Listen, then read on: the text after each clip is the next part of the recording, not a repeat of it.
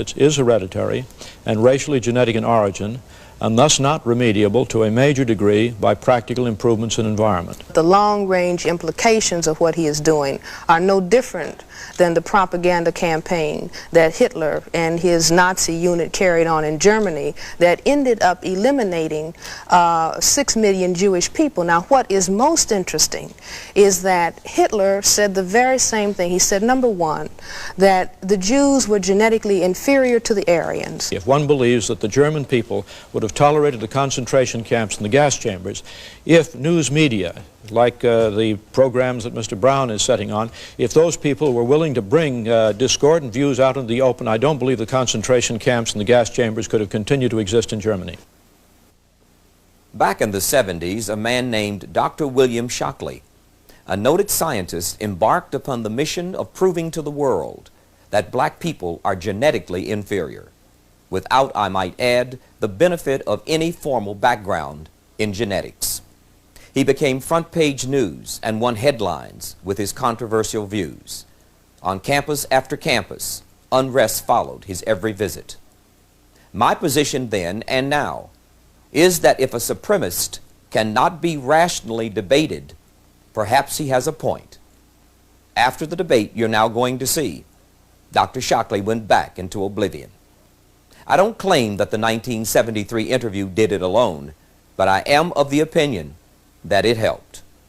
I'm Tony Brown. In a moment, Racial Superiority with Dr. William Shockley. Tony Brown's Journal is brought to you by Pepsi and its bottlers. This program is part of Pepsi-Cola's continuing support of your community's cultural, educational, and business interests.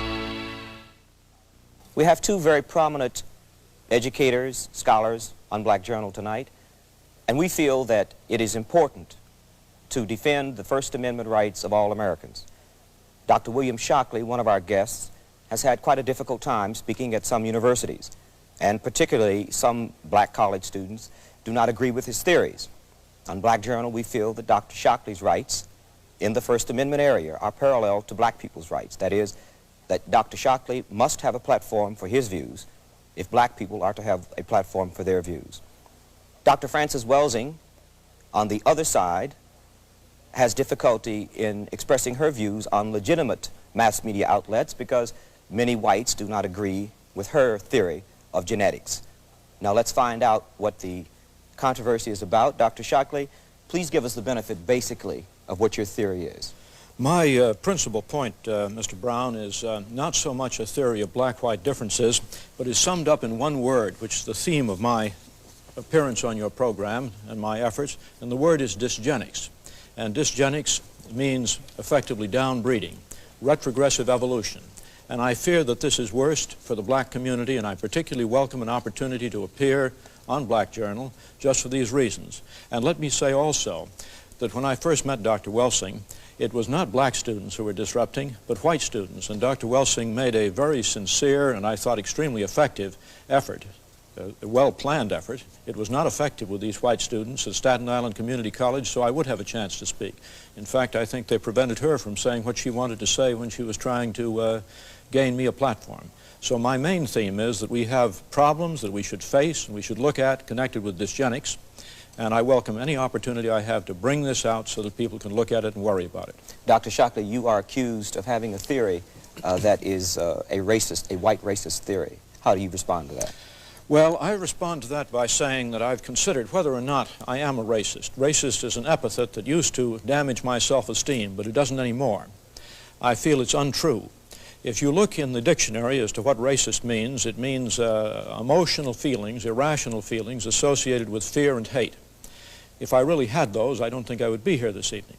I feel that what I'm engaged in is a demand for diagnosis, and I'd like to say some more about this chart, which we'll come to probably later, which shows the disproportionate rates of reproduction for the least effective elements of the black community. I'd like to say more about that than we should in just this brief introduction.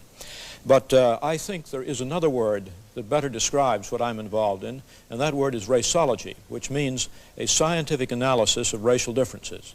And basically, I have a faith that reason is a good thing, and I feel as you do about the First Amendment, but maybe with a slightly different emphasis. I think the really important thing about the First Amendment is it is a way of guaranteeing a high likelihood that truth will emerge as a result of conflicting ideas being expressed, and I have a thesis and a basic belief that truth is a good thing and will be of benefit to man. Thank you. Dr. Frances Welsing, give us the benefit of your theory, please. Well, my theory was, I wrote the paper in 1969. I wrote a paper called The Crest Theory of Color Confrontation and Racism. And the sole reason behind writing that paper was an attempt to understand the behavior of white people in relationship to all people of color, every place in the world, black, brown, red, and yellow people. And the paper was presented to the Americans at the National Medical Association, the section on psychiatry, in neurology, because back in 1969, the Black Caucus in the American Psychiatric Association, we had said that racism, and when we talk about racism, we're talking about the white supremacy behavior of white people, that racism was the #1 mental health problem in the nation, and it was the #1 cause of other mental health problems. And I wanted to understand what this thing of racism really is all about, because it's the thing that has caused woe and misery and suffering for the vast majority of the people on this planet that are classified as non-white. And in my attempt to understand why the necessity of white people to keep saying that white is superior and that the condition of non-white is inferior, and the more I thought about it, in conjunction with an idea that a friend of mine had, that racism was a worldwide behavioral system for the maintenance of white supremacy by a small minority of people, I put those ideas together with what we know about genetics, what we know about the condition of skin whiteness itself. The condition of skin whiteness is the genetic inability to produce skin pigment called melanin. This is a genetic recessive trait. It is a genetic deficiency state, not as defined by Frances Welsing, but defined by geneticists and dermatologists, that the inability to produce the skin pigment of melanin or melanin pigment is described as albinism. And I think that white people, even though most white people are not consciously understanding their problem in genetics, they are certainly aware that they are genetically dominated by people of color. That's why it was a statement, one drop of black blood makes you black, because people of color have the genetic capacity to annihilate white people. And so unless white people control the reproductivity of people of color, then we can postulate that perhaps one day there won't be any white people. And I think that the very survival of white people necessitates that they project genetic inferiority on people of color, because it is they who really are aware that they are genetic recessive and perhaps genetically inferior to people of color. And I am not saying this to call the condition of skin whiteness to say, well, no, white people are inferior. I'm not saying it for that purpose, but I think that it is of prime importance for the majority of people in the world to understand why it is that white people have to, the effective majority, large numbers of white people, have to move in a hostile and an aggressive way against people of color, and have to constantly focus on it's you who's genetically inferior, because they realize that there's something wrong with their genetic status. Now, may I take a call? Oh, sure, all right. please. Let me, so that, because we have a number of calls, and we'll see what the public wants to find out also. Just 1 second. Hello, go ahead, please. You're on Black Journal. Yes, thank you. I would like to ask the question, why does the doctor feel that his theory, Dr. Shockley, why does he feel that your theory is correct? Well, let me say that's a long question. Let me point out one aspect. I mean, it's a question that calls for a very long answer. I think I might just at this point say that in a time like 1 hour, we may expose a problem and encourage thinking about it, and this is a very valuable thing. But to cover either Dr. Welsing's views or mine, and let me say here are, just to show that these things exist, is a pamphlet that she was good enough to give me some time ago. This one's upside down. Well, that one's upside down. Yeah, thank you. Right. And this is one of my own. It's actually a collection of a debate. The imperatives of ethnic education is yours. This is the issue of the journal. Mine was, the title of my paper is somewhat different from this, but I want to say that speaking for myself, if people would like to write to me at Stanford University, I have a post box there, Post Box S, which is the same as Shockley and Stanford. I will try to supply more information, and I'm sure Dr. Welsing will say what she can do about making telling people how to reach her pamphlet. Okay. But now let me say this chart that I held up a moment ago is very important in respect to this question of why I think there may be what proves a basic difference. But I'm going to say that if there were not a basic difference in intellectual capacity in the past, there probably will be a basic difference between black and white intellectual capacity in the future simply because of the reproduction patterns. And these are Census Bureau data, and this is the most threatening aspect. And what it indicates is that for the black women of the lowest intellectual social class, which are rural farm women, generally the education is least, the average number of children is 5.4. For women with college degrees, it's 1.9. And so this is definitely unfavorable. It is reproducing far more at the bottom end and not enough to keep even at the top end. Dr. Shockley, can for you whites, explain? let me just finish this. For whites, the numbers are also in this direction, but nowhere nearly as severe. Dr. Shockley, I think that in all fairness, you should explain to the audience why it is that you have, first of all, you have a very large segment of the black population who are on farms, who are deprived in cities. Why don't you explain at the time that you're showing this, who is keeping black people in a situation like they're in? I mean, it could be, you could turn it around the other way, where you could have very large numbers of black people who are exposed to educational opportunities like white people, who are exposed to housing, who are exposed to health facilities. Why don't you explain that at the same time that you put figures like that? I'm sure you would explain it, no, but Dr. I think Welsing, it's important but in one must say first things first. And you've raised the basic question there, and that is whether the disadvantages are primarily a lack of opportunity or whether they are primarily a basic genetic difference. And let me mention one thing, which is that in certain areas there is no doubt about black superiority. Blacks are superior in visual acuity, and they're superior in a systematic way. Now, I don't expect that people will understand the details of this, but I simply want to show that quantitative work can be done. This happens to be a research job of my own, and what it shows, because these points that you see here lie on a line which is not the central line, but they lie systematically on a line, what it says is that so far as visual acuity is concerned, blacks are systematically better than whites. It's as if their bell-shaped curve, their distribution curve, were pushed upwards compared to whites for visual acuity, or at least for the avoidance of bad eyesight, such that if the same shift occurred for IQ, it would mean that the average IQ distribution would be up by 9 points rather than down by about 15 points, which is the typical average. Dr. Shockley, visual acuity is probably something that the system of white supremacy has not necessarily seen the need to affect the environment that black people are in so that it will alter the fact that they have visual acuity that is superior to whites. The fact of visual acuity is not attacked in the same way as educational opportunity and job performance is attacked. And I think that it's evidence for a genetic difference, in my opinion. Well, you see what I'm saying? There might be many, many more genetic differences where people of color appear superior. If I may, we have a number of people, and we'd like to get to as many as possible. If you could make your answers, not to compromise your explanation, but if you could make your answers as succinct, I would appreciate it, because we would like to involve the public as much as we can. One moment, please. You're on Black Journal. Go ahead, please. Yes, I was wondering if Dr. Shockley could explain the basic difference between the course he is taking in explaining white supremacy and the course that Hitler took during the Nazism reign. Thank you.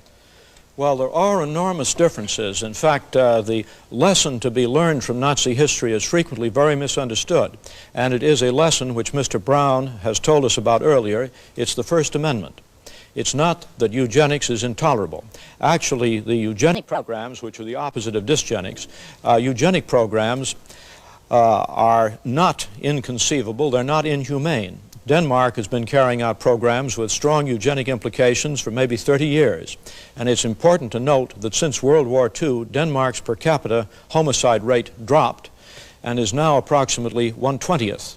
That is, the number of deaths of probability of being killed in a year by a violent homicide is roughly, the order of 100 times less for young Danes than it is for young American blacks. Can I? Now, but the lesson, let me say what the lesson of Nazi history we have in this country, and it will protect us. It's just the thing that makes this program possible.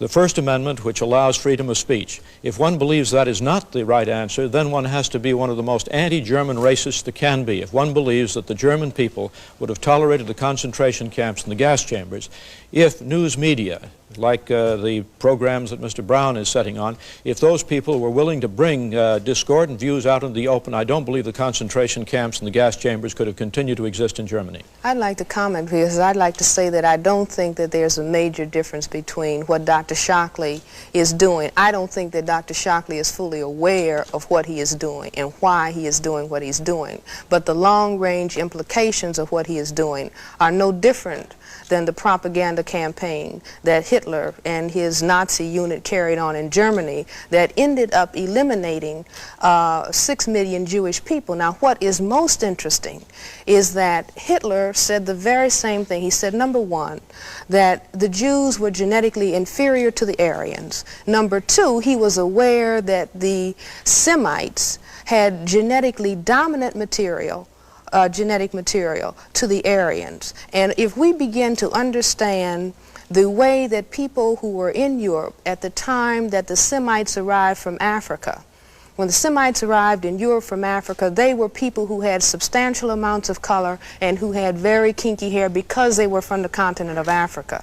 And the Europeans, the white people who were there, had a reaction, a color reaction to the Semites that is no different than the reaction and the concern on the part of people who are white in this area of the world or any other area of the world to people who have the genetic capacity to produce color, who can genetically annihilate their position. And I think it's very, very important. Even though Dr. Shockley, I am convinced that Dr. Shockley believes that he is perhaps elevating science with all of his charts and all of his figures, but he doesn't understand the things that propel him as a white individual in a social system that has programmed him throughout his life and programmed large numbers of people like him to focus on the genetics of people of color in such a way as to destroy people of color.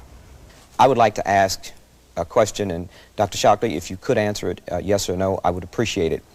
Do you believe that black people are inferior in intelligence because of their heredity? I have a standard statement. It is not yes or no. It's memorized. I say it at the same time every time, I think. What I say is this. My research leads me, and it's a tragic conclusion, really.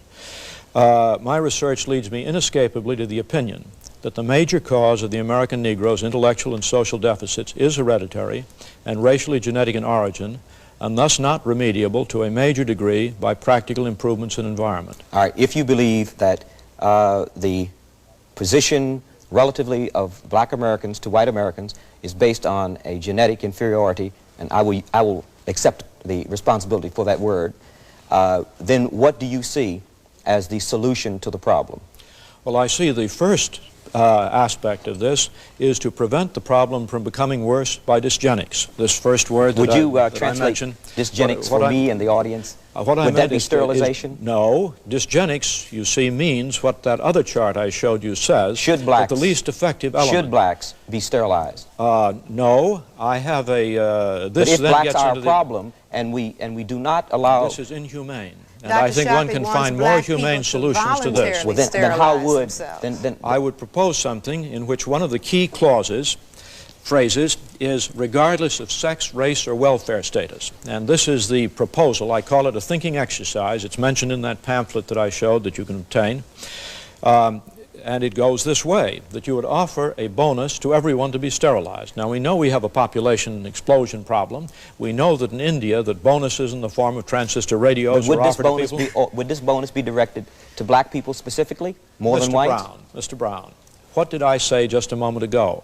I said, regardless of sex, race, or welfare status. Now there is a group. Dr. Shockley, There is a That's group. what I say. There is a listen, group of white people to whom this offer This- should be made also. Absolutely. What Now group the offer is that? the offer is based upon the best estimates, best scientific estimates that one can have of any genetically carried disabilities. Now there are some, I think, that any humane person would have no doubt about.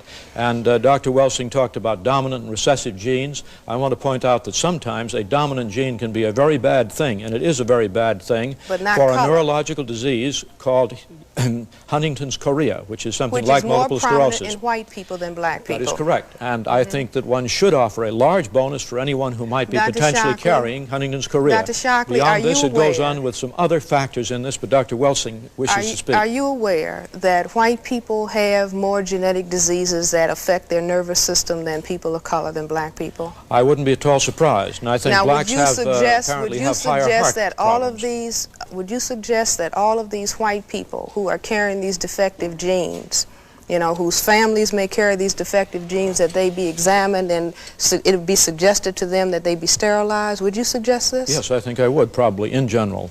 Go ahead, your Unblack Journal, please.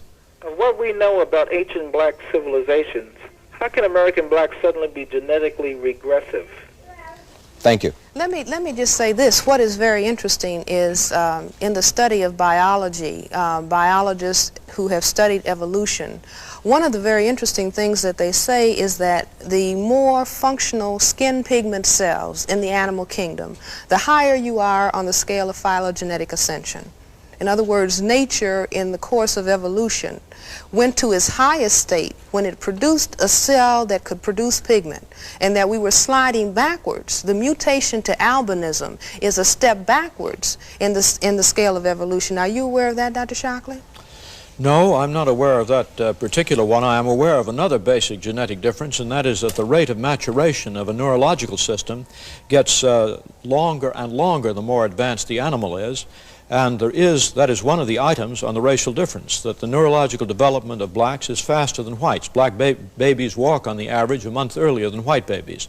And the period and of black gestation... people are much more creative also than white Dr. people. Shockley, correct me if I'm incorrect. Didn't the Giselle schedule, which tested the intelligence of children, make a correlative between intelligence and walking early? Yes. And I would think it probably would have been negative. No, it was not. positive. It was positive. Well, The motor skills on the Giselle schedule indicated that earlier precocious walking children, there was a correlation between that and high intelligence. This may be true. It might be true within a group. I'm not sure of that. Well, maybe I know that there is a correlation in terms of things earlier than walking. At the 6-month stage, Nancy Bailey at Berkeley has established that white children who come from the most advanced families and who later, when they become older, are out at the top.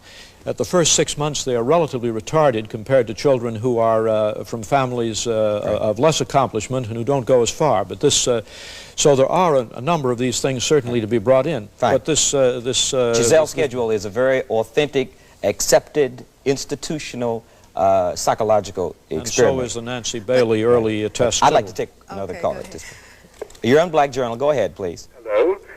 This question is addressed to Dr. Welsing. First, I would like to say that Mr. Brown and Dr. Welsing disprove immediately Dr. Shockley's concept, because here we have two highly intelligent, gifted people. And but getting this out of the way, Dr. Welsing, wouldn't you agree that there is a strong genetic component to the inheritance of intelligence? Geneticists believe that 80% component is hereditary. Let me finish, Dr. Welsing. And then also, I think the association of skin color with intelligence is an erroneous concept. And I want your views on this. Isn't it true that the historic fate of black people, the tragic deprivation, the conditions under which they were raised, any people raised under these conditions would have an hereditary, evolutionary background, which could lead to poor capacity to generalize, to conceptualize, to be creative in the form field of ideas, and develop other excellent attributes. Now, this is not a racist idea. This could happen to any group who by the tragic history of the black people? Thank you. No, I do not feel that there's any evidence to suggest that 80% of the ability to come to terms with your environment that has to do with heredity. I think that much of it has to do with the environmental opportunity that the genetic material is exposed to. I think that if we look at the black people, if we just take the black group, and we look at those people who have been able to achieve, and we look at their backgrounds, we will find that they have had substantial social and economic opportunities that maybe some of the segment of the black population has not had. We'll find the same thing in the white group. Those white people who have been socioeconomically deprived and at the bottom of the economic scale for whites, that these people are not performing in the same way that people who have extended socioeconomic opportunity. One of the very interesting things is that white women are now talking about women's liberation, and they are looking at their performance relative to white men, and they are saying, and all of the spokesmen for white women, and men and women are also saying, that the reason that the white woman has less confidence in her performance and is not performing as well, relatively speaking, as the white male has been the attitudes within the white family as to the role of the woman versus the role of the man. Now, what is interesting is that when white people are looking at the difference in the performance of the white woman and the white man on IQ tests, they can account for that on the basis of environmental influences. However, when they shift over into looking at whites relative to people of color, somehow they want to drop that understanding and that awareness. It's been interesting, to say the least. I'm happy you had your say, Dr. Shockley and Dr. Welsing. I'm happy you had yours, and thank you for being on Black Journal.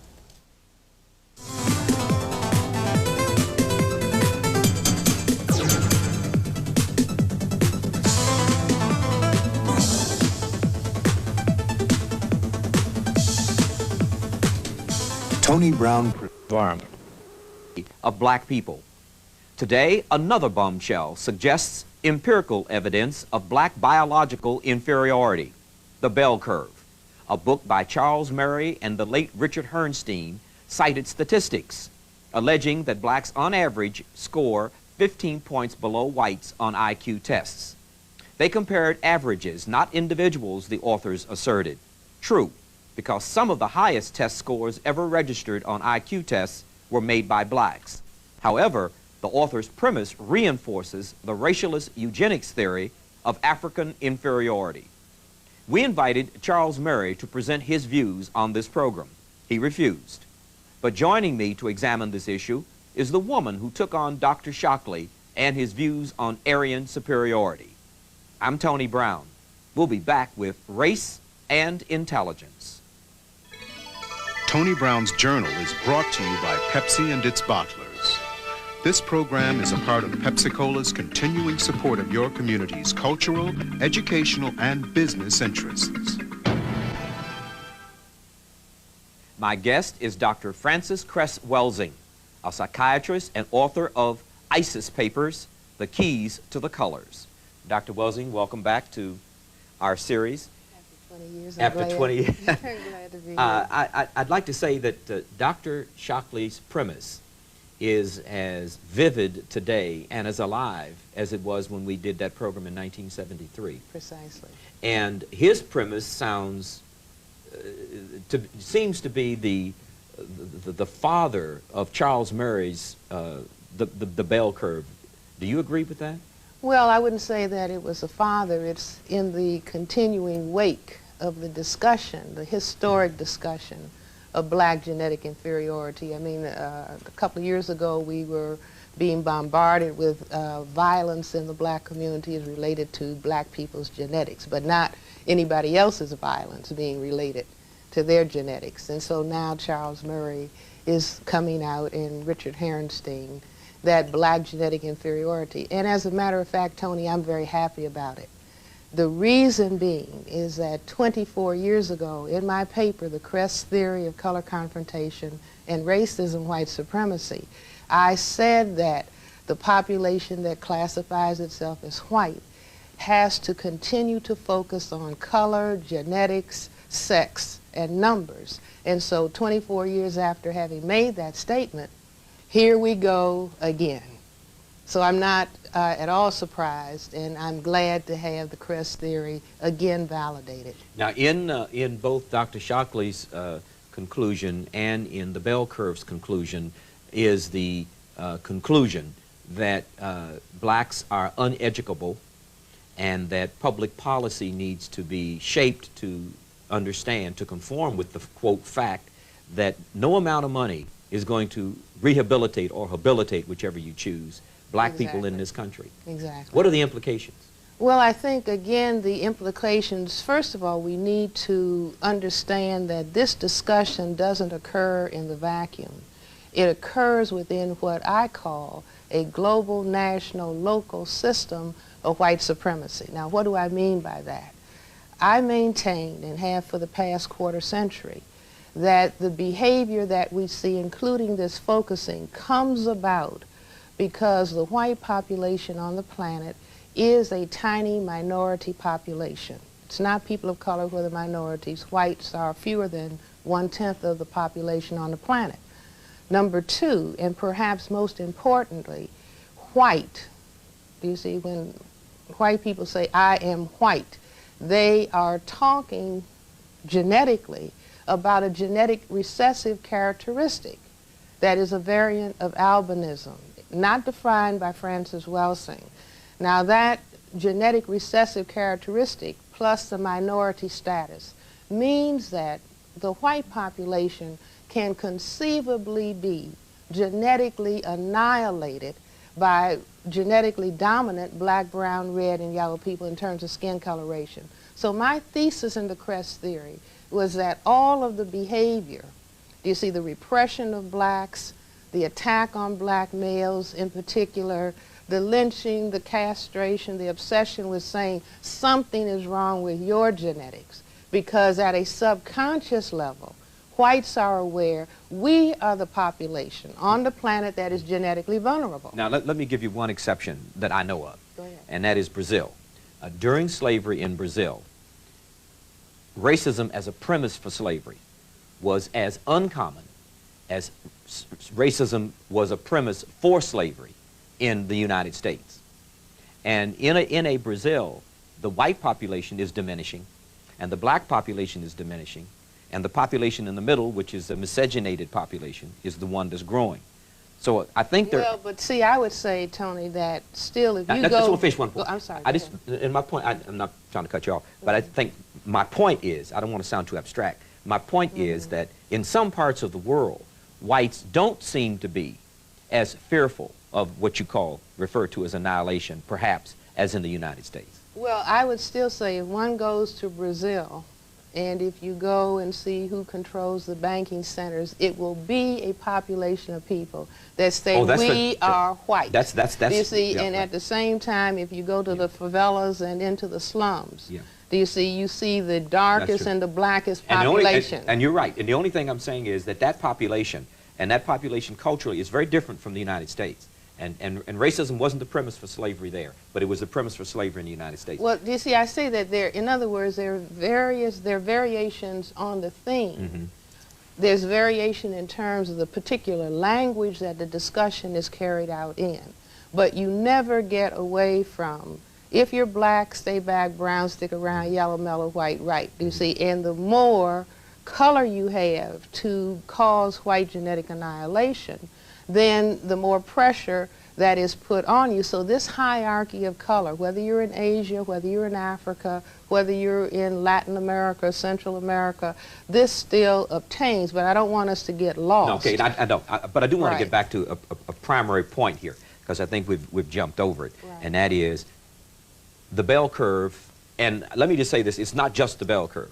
The week that the bell curve came out, 2 other books came out on the same subject, and they've had so much success. The cover of Time magazine, Newsweek, U.S. News and World Report had a feature story, New York Times 2 weeks in a row, very prominent play. The media just grabbed onto this idea.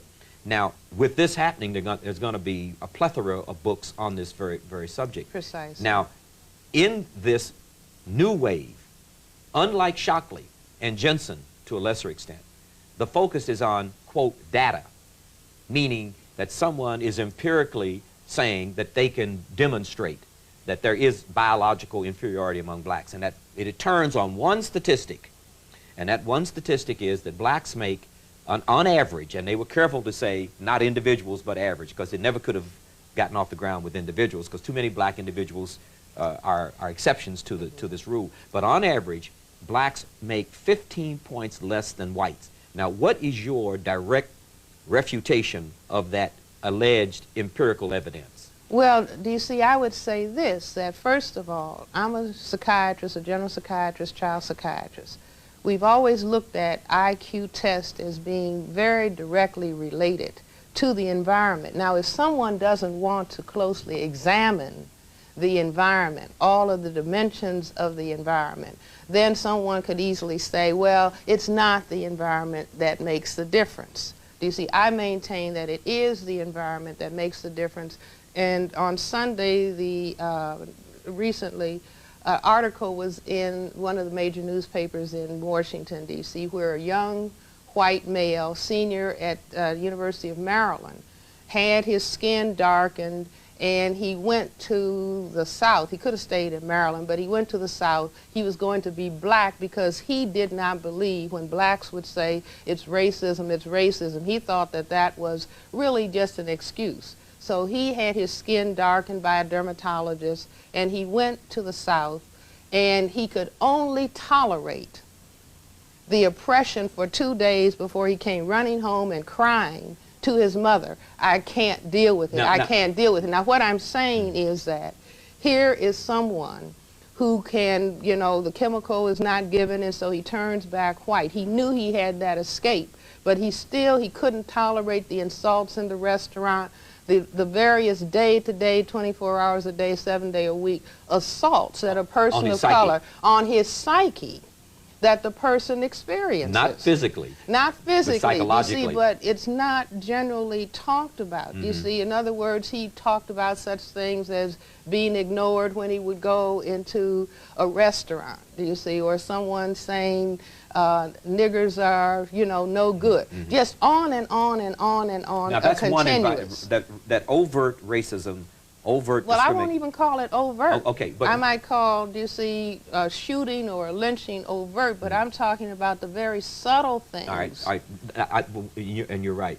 What I would like to do, however, is to identify some other environmental factors that would contribute to this 15-point gap. You've identified one, the subtle erosion of self-esteem, the subtle psychological implantation of the feeling of inferiority, which must manifest itself somewhere under some circumstance.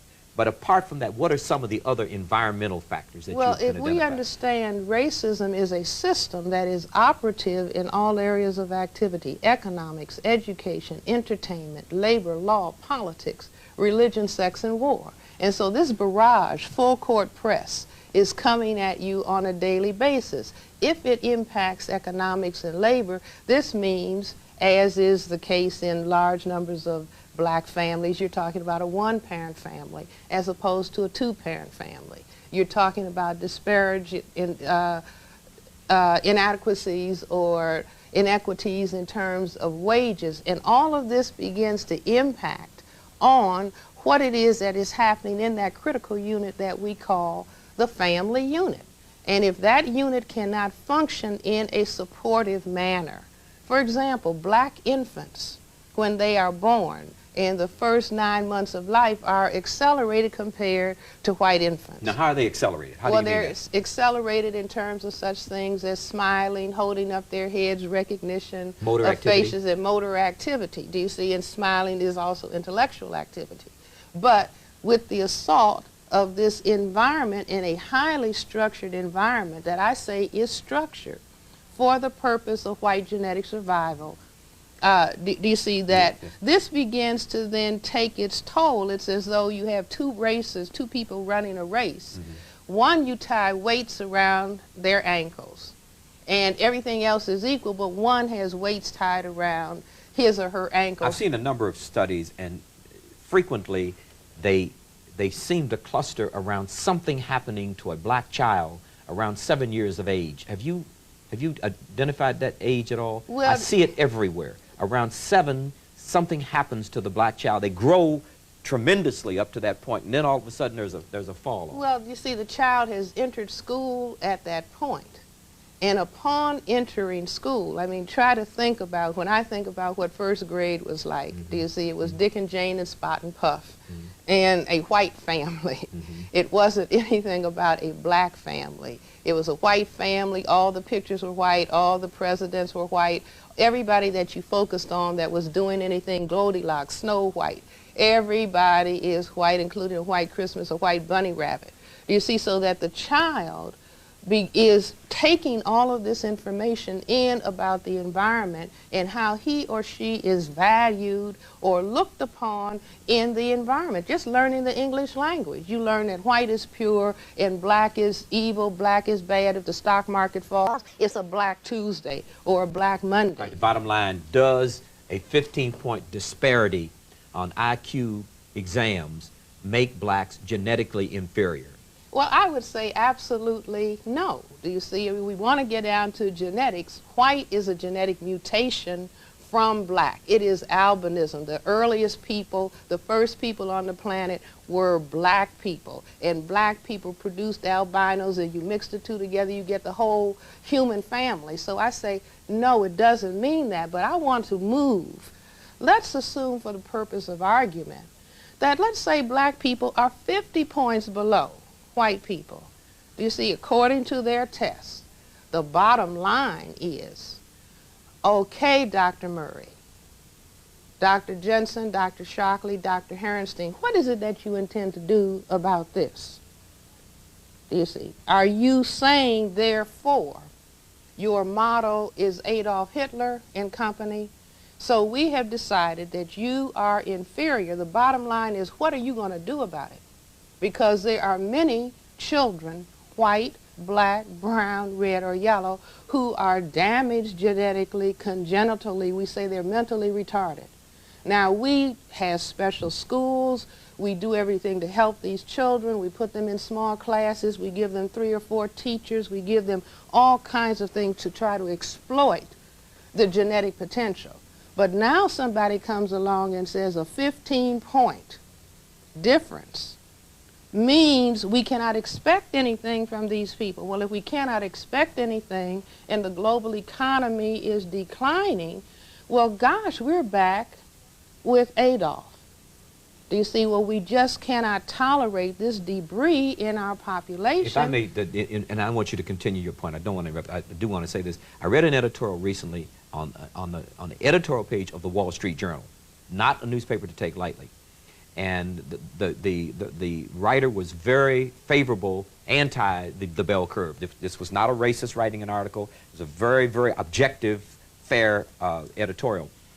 And he mentioned the eugenics movement that the Chinese are involved in terms of, in China, of culling out the bottom and reproducing the top. And he concluded that if the liberals kept on making more out of the bell curve than it is, we may see, quote, a Beijing solution in the United States. Well, let's not go to a Beijing solution where we have a Nazi Germany solution. Do you understand? Where it wasn't just a population. I mean, there have been many populations, if a child is born defective, do you see, they do not allow that child to go on and exist. That's quite different. That's quite different than saying there are populations of people. Genocide. Do you see, that are superfluous and that are a contaminant, and we need to be pure and clean so that we can really arrive where we're supposed to arrive. We're back in Nazi Germany. So I say that, first of all, we have to recognize Nazi Germany was about white supremacy. It was about the white genetic population feeling that it was vulnerable to an assault by people whose real genetic origin began in North Africa. You see, their religion was not the critical issue. The issue was that they had their origins in a population that was classified as non-white. And so I say that we need to not debate numbers, because God forbid, but Dr. Murray or his grandchildren might come out with an IQ difference 15 points lower than his. My next question will operate on the premise that your statement there is objective. Therefore, I will go to the next point. If what you're saying is true, are blacks doing anything to accelerate a process toward a, quote, final solution? Well, blacks themselves? No. Do you see, the people of color on the planet who are being approached by people who have all these genetic issues in their minds, and they don't understand that white supremacy mindset, or the mindset that is feeling vulnerable to white genetic annihilation, so you have a big population conference in Cairo. To the extent that people of color on the planet do not understand this mindset, it's like being at the chessboard and not understanding the game with all of the people of color on the planet on the black side of the chessboard. And you have white supremacy, or the dynamic for white genetic survival, moving against this group of people. Now, I believe, instead of getting emotionally upset about Charles Murray's position or anybody who is in that group of thinkers, I believe, again, take out the crest theory, see where all of this has been laid out before, predicting how this mindset operates, and begin to place oneself in a mode of understanding what the game is that is on the table. If I can summarize the game is going to turn on public opinion. Hitler only did what he was able to do, and he was only able to do certain things because he had organized German public opinion. What, if anything, are blacks or some blacks doing in terms of accelerating a negative public opinion, or a public opinion that could come back to bite them? That's all my, right, well, that's let's take an example. A person who considers him or herself to be an actor, television actor, black, who doesn't understand this white supremacy dynamic. So somebody comes along and offers them a job, you see, but they have to act as a clown and a buffoon, and they just think, well, I'm in the abstract being an actor or an actress. Unbeknownst to them, it's a whole context in which this role is being carried out, where people feel, who have set up this image, that they need to be reinforced. See, look at blacks. They're clowns. They're stupid. They're buffoons. Look at this. This is trash. Let's look at daytime television. Look at it for me, will you, with the eyes of a psychiatrist. All right, the daytime talk shows. Yes. All right, I would say that there are many black people that are being tapped. I don't know where they go to find these people. Do you see? But it's as if the parallel would be, if a white person who's putting on a television show decides, let me go and get the least advantaged white person and put them up on the television continually, not the most beautiful, the most articulate, the most intelligent. No, let me go to the poorest area where there are white people and then put them up continually as a model for what white people are all about. You see, we go back to Nazi Germany and Joseph Goebbels, who understood if we keep putting out negative images of Semites of the Jewish religion, we can train the population to say, look, they're animals. They're not human. And so the sooner we get rid of them, the better. I think that many talk shows are using and trashing black people in this manner, in addition to some of the shows that come on in the evening. I can think of one of the shows that just trashes the image of black men. We complained in the 50s and the 60s and maybe the 40s about the Amos and Andy image. Those are angelic images compared to the images of black men, do you see, that are being put on the television, and this is supposed to be entertainment. I say, no, this is... You know what I thought was remarkable, and I've read it everywhere, and that was the reaction of the vast majority of white people to the Clarence Thomas hearings. Not yea or nay Clarence or Anita Hill, but it was, I have never seen so many articulate, intelligent black people before. And well, that was because they had been indoctrinated with the idea, with the kind of you see, images of black you're talking genetic about. Inferiority. Yeah. And I would say to the white population, I would say this, that of the people on the planet, some of the people who walk around and have to hold their heads down who are white are people whose origin is German or white South African, because they are known throughout the world to have brutalized people. You see, they're ashamed of themselves. And so I would say to white people, it's very important for them to look further than what somebody says is an objective IQ score and begin to hold the mirror up and do self-examination.